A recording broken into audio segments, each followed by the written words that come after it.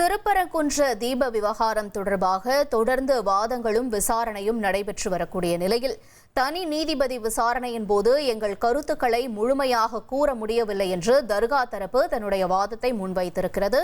விவரங்களோடு செய்தியாளர் மாரிசாமி இணைந்திருக்கிறார். மாரிசாமி, இந்த விவகாரத்தில் தர்கா தரப்பு வேற என்னென்ன வாதங்களை முன்வச்சு தற்பொழுது இந்த விசாரணை தொடர்ந்துட்டு வருது? விவரங்கள் என்ன?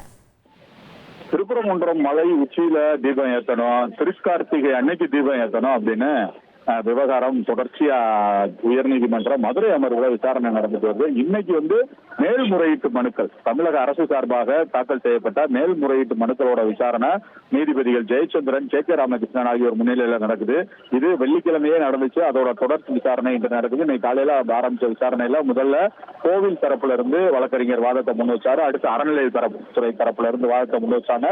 இப்ப தர்கா தரப்புல இருந்து வாதம் முன்வைக்கப்பட்டு வருது. அந்த வாதத்துல என்ன சொல்லியிருக்காங்கன்னா, தர்கா தரப்புல எங்களுக்கு இந்த தனி நீதிபதி ஜி.ஆர். சுவாமிநாதன் கோர்ட்ல விசாரிக்கும் போது தர்கா தரப்ப அவர் தான் தாமா முன்வந்து வழக்கு விசாரணையில சேர்த்தாரு. ஆனா எங்களுடைய வாதத்தை முன்வைக்கிறதுக்கு டைம் கொடுக்கல, கரெக்டான டைம் கொடுக்கல. திங்கட்கிழமை வழக்கு வந்துச்சு, செவ்வாய்க்கிழமை பதில் மனு தாக்கல் செய்ய சொன்னாங்க, அடுத்து உத்தரவு போட்டாங்க அப்படின்லாம் சொல்லியிருக்காங்க.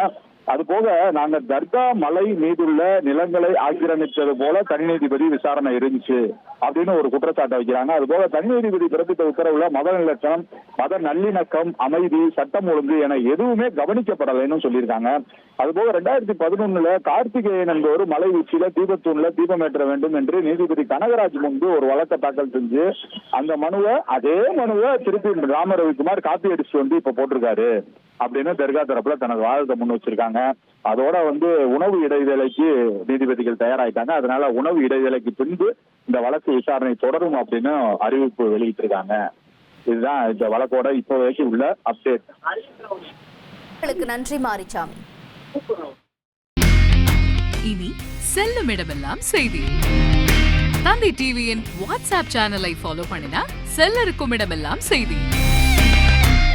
இதோ QR கோட் இப்பவே ஸ்கேன் பண்ணுங்க, ஃபாலோ பண்ணுங்க.